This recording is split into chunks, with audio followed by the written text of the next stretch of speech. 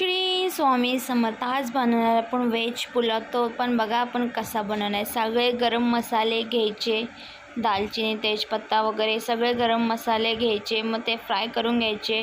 मग कांदा टाकायचा. कांदा आपल्याला गोल्डन ब्राऊन करून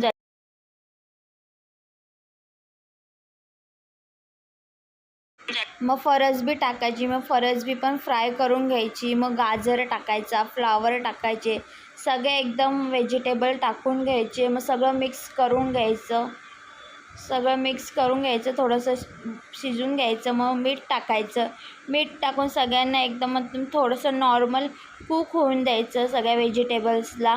मग त्याच्यानंतर झाल्यानंतर आले लसूण पेस्ट 2-3 स्पून आले लसूण पेस्ट टाकायची. ती टाकून झाल्यानंतर मग पुदिना आणि हिरवी मिरचीची पेस्ट टाकायची. ती पण 2 स्पून किंवा 3 स्पून टाकायची. मग सगळं एकत्र फ्राय करून घ्यायचं. एकदम एकत्र फ्राय करून झाल्यानंतर मग त्याच्यानंतर व्हेज पुलाव मसाला टाकायचा. कोणत्या पण कंपनीचा टाका. व्हेज पुलाव मसाला टाकायचा.